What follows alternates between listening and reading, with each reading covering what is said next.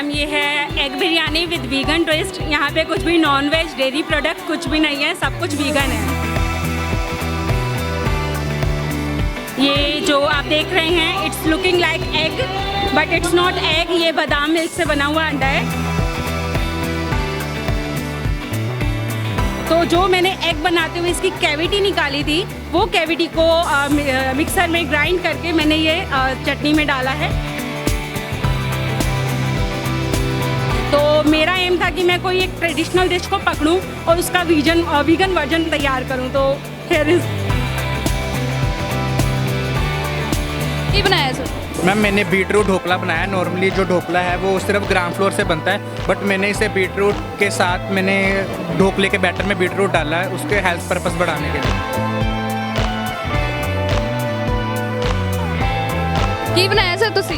ਮੈਂ ਭਰਾ ਹੁਆ ਲੱਛਾ ਬਣਾਇਆ ਜਿਹਦੇ ਅੰਦਰ ਆਪਾਂ ਲੱਛੇ ਪਰੌਂਠੇ ਦੇ ਅੰਦਰ ਚਿਕਨ ਕੀਮਾ ਦੀ ਸਟਫਿੰਗ ਕਰਕੇ ਉਹਨੂੰ ਇੱਕ ਰੋਲ ਟਾਈਪ ਦਿੱਤਾ ਵਾ, ਰੋਲ ਟਾਈਪ ਉਹਦੀ ਲੁੱਕ ਦਿੱਤੀ ਆ ਆਪਾਂ। ਕੀ ਬਣਾਇਆ ਤੁਸੀਂ? ਮੈਂ ਸਪੀਨਚ 버ਗਰ ਬਣਾਇਆ ਪਾਲਕ ਦਾ ਇਸਤੇਮਾਲ ਕਰਕੇ, ਤੇ ਡੋ ਦੇ ਵਿੱਚ ਮੈਂ ਸਪੀਨਚ ਦਾ ਪੇਸਟ ਬਣਾਇਆ। ਦੈਨ ਉਹਦੇ ਵਿੱਚ ਫਿਰ ਮੈਂ ਟਿੱਕੀ ਯੂਜ਼ ਕੀਤੀ ਹੈ ਨਿਊਟਰੇਲਾ ਦੀ, ਚੰਕਸ ਹੁੰਦੇ ਨਾ ਉਹਨਾਂ ਨੂੰ ਮੈਸ਼ ਕਰਕੇ ਪੋਟੈਟੋ ਮਿਕਸ ਕਰਕੇ, ਦੈਨ ਉਹਦੇ ਵਿੱਚ ਚੀਜ਼ ਰੱਖਿਆ, ਦੈਨ ਉਹਨਾਂ ਨੂੰ ਬੰਦ ਕਰਤਾ ਆਪਾਂ, ਤੇ ਕੁਝ ਲਿਓਟਸ ਰੱਖ ਕੇ 버ਗਰ ਤਿਆਰ ਹੋ ਗਿਆ।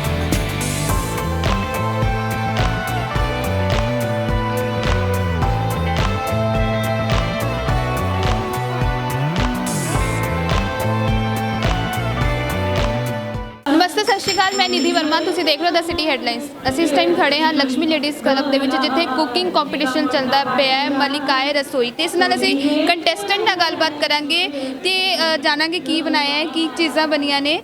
Hello ma'am. I am Jyoti from Amritsar. क्या बनाया मैम आप? मैम ये है egg biryani with vegan twist. यहाँ पे कुछ भी नॉन वेज डेयरी प्रोडक्ट कुछ भी नहीं है, सब कुछ वीगन है जी। ये जो आप देख रहे हैं it's looking like egg but it's not egg, ये बादाम मिल्क से बना हुआ अंडा है। और जो आउटर लेयर है वो वीगन सॉसेज बनाई थी, जो सोया ग्रेन्यूल और oats, chia seeds, flax seeds के साथ बनाई है। तो कम्प्लीटली मेरी डिश वीगन है। इसमें साथ में मैंने बीटरूट का वीगन रायता रखा है।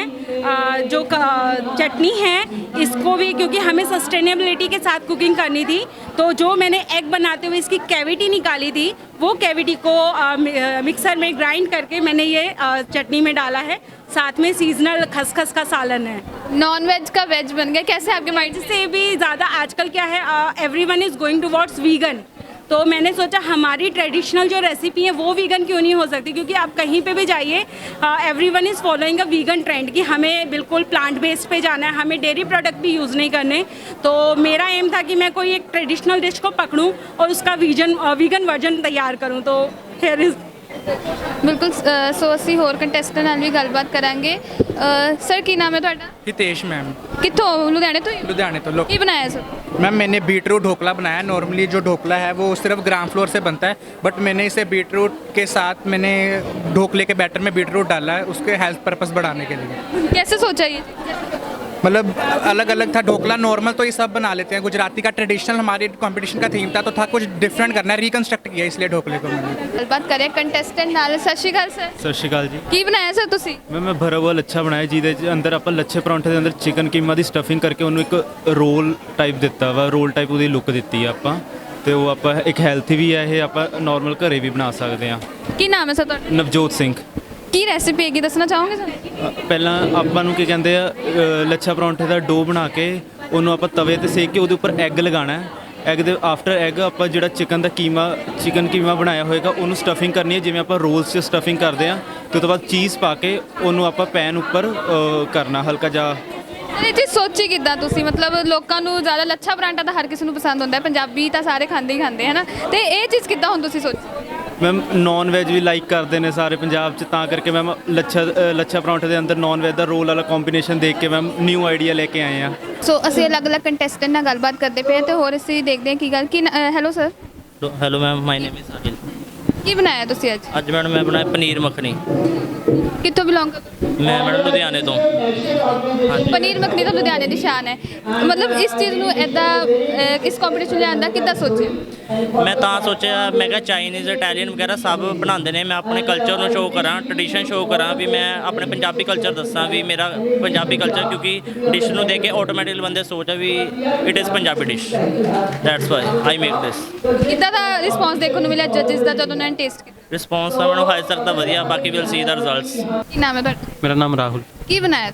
ਮੈਂ ਪੀ ਪੁਲਾਓ ਸਰਪ੍ਰਾਈਜ਼ ਹੀ ਬਣਾਇਆ, ਜਿਹਦੇ ਅੰਦਰ ਚਾਵਲਾਂ ਨੂੰ ਬੋਇਲ ਤੇ ਮਟਰ ਵਗੈਰਾ ਪਾ ਕੇ ਤੇ ਫਿਰ ਉਹਦੇ ਅੰਦਰ ਭੁਰਜੀ ਨੂੰ ਮੈਸ਼ ਕੀਤਾ, ਫਿਰ ਵਿੱਚ ਪਾਇਆ ਤੇ ਇਹ ਸਰਪ੍ਰਾਈਜ਼ ਹੀ ਨਾਮ ਕਿਉਂ ਪਿਆ ਕਿਉਂਕਿ ਇਹਦੇ ਅੰਦਰ ਭੁਰਜੀ ਹਾਈਡ ਹੈ, ਮਤਲਬ ਅੰਦਰ ਲੁਕੀ ਹੋਈ ਹੈ, ਵੀ ਬੰਦਾ ਜਦੋਂ ਦੇਖੂਗਾ ਅੰਦਰੋਂ ਉਦੋਂ ਹੀ ਆਉਣੀ ਆ ਉਹ ਟੇਸਟ 'ਚ, ਮਤਲਬ ਖਾਊਗਾ ਜਦੋਂ, ਤੇ ਬਸ ਇਹੀ। ਇਸ ਤਰ੍ਹਾਂ ਦਾ ਕਨਸੈਪਟ ਕਿਦਾਂ ਅੰਦਰ ਲੁਕਾ ਕੇ ਰੱਖਣ ਦਾ ਕਨਸੈਪਟ? ਉਹ ਮੈਡਮ ਇਦਾਂ ਦਾ ਵੀ ਮਤਲਬ ਆਪਾਂ ਇੱਕ ਵਾਰੀ ਤਾਂ ਉੱਤੋਂ ਤੋਂ ਕਈ ਜਿਵੇਂ ਬਿਰਿਆਨੀ ਬਣਦੀ ਆ ਉਹ ਤੋਂ ਪਤਾ ਹੁੰਦਾ ਵੀ ਆਪਾਂ ਨੂੰ ਚਿਕਨ ਆ ਅੰਦਰ, ਬਿਰਿਆਨੀ ਦਾ ਲੋਕ ਬਣਾਉਂਦੇ ਹੀ ਨੇ, ਜਿਹੜਾ ਚਾਵਲਾਂ ਤੇ ਅੰਡਾ ਦਾ ਕੰਬੀਨੇਸ਼ਨ ਕਿਤੇ ਕਿਤੇ ਦੇਖਣ ਨੂੰ ਮਿਲਦਾ ਆਪਾਂ ਨੂੰ। ਸੋ ਕੀ ਨਾਮ ਹੈ ਸਰ ਤੁਹਾਡਾ? ਮੇਰਾ ਨਾਮ ਮੰਥਨ ਹੈ। ਕੀ ਬਣਾਇਆ ਤੁਸੀਂ? ਮੈਂ ਸਪਿਨਚ 버ਗਰ ਬਣਾਇਆ ਪਾਲਕ ਦਾ ਇਸਤੇਮਾਲ ਕਰਕੇ, ਤੇ ਡੋ ਦੇ ਵਿੱਚ ਮੈਂ ਸਪਿਨਚ ਦਾ ਪੇਸਟ ਬਣਾਇਆ, ਦੈਨ ਉਹਦੇ ਵਿੱਚ ਫਿਰ ਮੈਂ ਟਿੱਕੀ ਯੂਜ਼ ਕੀਤੀ ਹੈ ਨਿਊਟਰੇਲਾ ਦੀ, ਚੰਕਸ ਹੁੰਦੇ ਨਾ ਉਹਨਾਂ ਨੂੰ ਮੈਸ਼ ਕਰਕੇ ਪੋਟੈਟੋ ਮਿਕਸ ਕਰਕੇ, ਦੈਨ ਉਹਦੇ ਵਿੱਚ ਚੀਜ਼ ਰੱਖਿਆ, ਦੈਨ ਉਹਨਾਂ ਨੂੰ ਬੰਦ ਕਰਤਾ ਆਪਾਂ, ਤੇ ਉਹ 'ਚ ਲਿਓਟਸ ਰੱਖ ਕੇ 버ਗਰ ਤਿਆਰ ਹੋ ਗਿਆ। ਕਿੱਦਾਂ ਦਾ ਰਿਸਪੌਂਸ ਮਿਲਿਆ ਲੋਕ ਜੱਜਿਸ ਨੂੰ? ਕਿੱਦਾਂ ਦਾ? ਵਧੀਆ ਮਿਲਿਆ ਮੈਮ, ਬਹੁਤ ਅੱਛਾ ਰਿਸਪੌਂਸ ਮਿਲਿਆ ਜੱਜਿਸ ਵੱਲੋਂ ਐਂਡ ਬਹੁਤ ਅੱਛਾ। ਮੈਮ ਤੁਹਾਡਾ ਕੀ ਨਾਮ ਹੈ? रेनू गुप्ता। ਕੀ ਬਣਾਇਆ ਤੁਸੀਂ? राजमा चावल। ਰਾਜਮਾ ਚਾਵਲ ਸਭ ਨੂੰ ਹੀ ਪਸੰਦ ਹੈ ਰਾਜਮਾ ਚਾਵਲ। ਹੁਣ ਇਹਦੇ ਵਿੱਚ ਕੀ ਅਲੱਗ ਖਾਸ ਕੀਤਾ ਤੁਸੀਂ ਇਸ ਕੰਪੀਟੀਸ਼ਨ ਦੇ ਵਿੱਚ ਲਿਆਉਣ ਲਈ? हाँ जी, मैंने इसमें ना पनीर डाला है, मक्खन डाला, दूध के साथ बनाई है साथ में। तो ये कॉन्सेप्ट कैसे सोचा? बस ऐसे ही बनाती रहती हूँ, दिमाग में चलता रहता बना लेती हूँ फिर। अच्छा, हम यहाँ पर लक्ष्मी लेडीज़ क्लब में इकट्ठे हुए हैं और एक हमने यहाँ पर इवेंट ऑर्गेनाइज़ किया है, मलिकाए रसोई सीज़न 3, और ये समीक्षा अग्रवाल जी को क्रेडिट जाता है सारा। ये दिल्ली से पूरी टीम आई है हमारे साथ, और ये जो इवेंट लेकर आए हैं ये पैन इंडिया कंपटीशन है। पंजाब को हम नीलू कौड़ा यहाँ पर शेफ़ कलाबारा के साथ हम यहाँ पर को होस्ट कर रहे हैं, और ये इवेंट जो है होम शेफ्स और स्टूडेंट्स के साथ है। इसमें हम विनर्स को आगे लेकर आ रहे हैं। जो हमारे यहाँ पर सभी पार्टिसिपेंट्स को एप्रन, गिफ्ट, सर्टिफिकेट्स, मेडल्स दिए गए हैं, और मेन हमारा जो मोटिव था कि एक लेडीज़ को एक ऐसा प्लेटफॉर्म मिले जो सिर्फ अपने घरों तक सीमित रह जाती हैं। उनके हाथ में भी पूरा जादू है, वो खाना बहुत अच्छा बनाती है लेकिन उनको एक रिकॉग्नाइजेशन नहीं मिल पाती है, और स्टूडेंट्स को एनकरेज करने के लिए हमने ये इवेंट आगे लेकर आए हैं। और हम यहाँ पर 3 विनर्स निकाल रहे हैं, और यहाँ पर जो लेडीज़ को बोला गया था, पार्टिसिपेंट्स को बोला गया था कि आपने एक रीजनल डिश यहाँ पर घर से लेकर आनी है। बहुत ही अच्छे हमें पार्टिसिपेंट्स मिले, इतनी अच्छी उन्होंने डिशेस बनाई हुई थी, सोच कहाँ तक थी उनकी, बहुत मज़ेदार। तो ये सब क्रेडिट जो हमारा जाता है समीक्षा जी को, उनके साथ मिलकर मैं यहाँ पर इवेंट कर रही हूँ। चीफ गेस्ट हैं हमारे साथ यहाँ पर, हमारे जजेस हैं हमारे साथ यहाँ पर, तो सबका के सहयोग के साथ, स्पॉन्सर्स के सहयोग के साथ, मीडिया के सहयोग के साथ हमारा ये इवेंट सक्सेसफुल हो पाया। और हमारा यहाँ पर जो टॉप विनर्स रहेंगे वो आगे जाने वाले हैं pan India competition grand finale के लिए। तो मैं तो यही चाहूँगी कि हमारा पंजाब आगे से हमारे लिए प्राउड फील करवाए। Thank you so much. Ma'am total कितने कंटेस्टेंट्स? हमारे पास वैसे हमारे 30 की लिमिट थी, लेकिन हमारे पास पार्टिसिपेंट दूर दूर से आए, अमृतसर, जलंधर, राजपुरा से भी हैं हमारे पास, और रोहतक से भी हैं, बहुत दूर दूर से हमारे पास पार्टिसिपेंट्स यहाँ पर आए। पिछले काफ़ी 2 बार हमने और देखे हैं, 2 बार और हो चुका है, तो इस बार कैसा रिस्पांस देखने को मिला आपको सबका? रिस्पांस हर बार बहुत अच्छा मिलता है, क्योंकि लेडीज़ सोच कर आती हैं, जो पार्टिसिपेंट से सोच के आते हैं हमने जीतना है, तो अपनी पूरी वो जी जान अपनी उस प्लेट में लगा देते हैं, और हमारे लिए वो बहुत बड़ी बात है। ਸੋ ਇਸ ਦੇ ਨਾਲ ਅਸੀਂ ਖੜੇ ਸੀ ਲక్ష్ਮੀ ਲੇਡੀਜ਼ ਕਲੱਬ ਦੇ ਵਿੱਚ, ਜਿੱਥੇ ਮਲਿਕਾਏ ਰਸੋਈ ਦਾ ਜਿਹੜਾ ਹੈ ਕੁਕਿੰਗ ਕੰਪੀਟੀਸ਼ਨ ਚੱਲਦਾ ਪਿਆ ਹੈ, ਤੇ ਜਿਹੜੇ ਅਲੱਗ-ਅਲੱਗ ਕੰਟੈਸਟੈਂਟ ਸੀ ਅਸੀਂ ਉਹਨਾਂ ਨਾਲ ਗੱਲਬਾਤ ਕੀਤੀ। ਅਲੱਗ-ਅਲੱਗ ਸਟੇਟਸ ਤੋਂ ਆਏ ਸੀ, ਕੋਈ ਅੰਮ੍ਰਿਤਸਰ ਤੋਂ ਆਇਆ ਸੀ, ਕੋਈ ਲੁਧਿਆਣੇ ਦਾ ਹੀ ਸੀ, ਕੋਈ ਹੋਰ ਵੀ ਜਿਹੜੇ ਅਲੱਗ-ਅਲੱਗ ਸਟੇਟਸ ਤੋਂ ਆਏ ਹੋਏ ਸੀ ਲੋਕ ਤੇ ਕੰਟੈਸਟੈਂਟਸ। ਤੇ ਇਸ ਨਾਲ ਅਸੀਂ ਗੱਲਬਾਤ ਕੀਤੀ ਕਿਹੜੀ-ਕਿਹੜੀ ਡਿਸ਼ਿਜ਼ ਜਿਹੜੀ ਹੈ ਬਣਾਈ, ਕਿਹੜੀ-ਕਿਹੜੀ ਡਿਸ਼ਿਜ਼ ਨੂੰ ਜਿਹੜੇ ਆਪਣੇ ਕਲਚਰ ਨੂੰ ਹੀ ਆਪਣੇ ਅਲੱਗ ਟੱਚ ਦੇ ਕੇ ਜਿਹੜਾ ਹੈ ਲੋਕਾਂ ਨੂੰ, ਜੱਜਿਸ ਨੂੰ ਜਿਹੜਾ ਹੈ ਇੰਪ੍ਰੈਸ ਕਰਨ ਦੀ ਪੂਰੀ ਕੋਸ਼ਿਸ਼ ਕੀਤੀ। ਤੇ ਇਸ ਨਾਲ ਅਸੀਂ ਜਿਹੜੇ ਆਰਗੇਨਾਈਜ਼ਰ ਸੀ ਉਹਨਾਂ ਨਾਲ ਵੀ ਗੱਲਬਾਤ ਕੀਤੀ ਕਿ ਇਸ ਤਰ੍ਹਾਂ ਦਾ ਜਿਹੜਾ ਕੰਪੀਟੀਸ਼ਨ ਆਰਗੇਨਾਈਜ਼ ਕਰਨ ਦਾ ਮੇਨ ਮੋਟਿਵ ਕੀ ਸੀ। ਤੇ ਐਦਾਂ ਹੀ ਹੋਰ ਅਪਡੇਟਸ ਅਸੀਂ ਤੁਹਾਨੂੰ ਦਿੰਦੇ ਰਹਾਂਗੇ, ਤੇ ਹੋਰ ਅਪਡੇਟਸ ਲਈ ਦੇਖਦੇ ਰਹੋ ਦਾ ਸਿਟੀ ਹੈਡਲਾਈਨਸ। ਕੈਮਰਾਮੈਨ ਵਰਿੰਦਰ ਦੇ ਨਾਲ ਮੈਂ ਨਿਧੀ ਵਰਮਾ।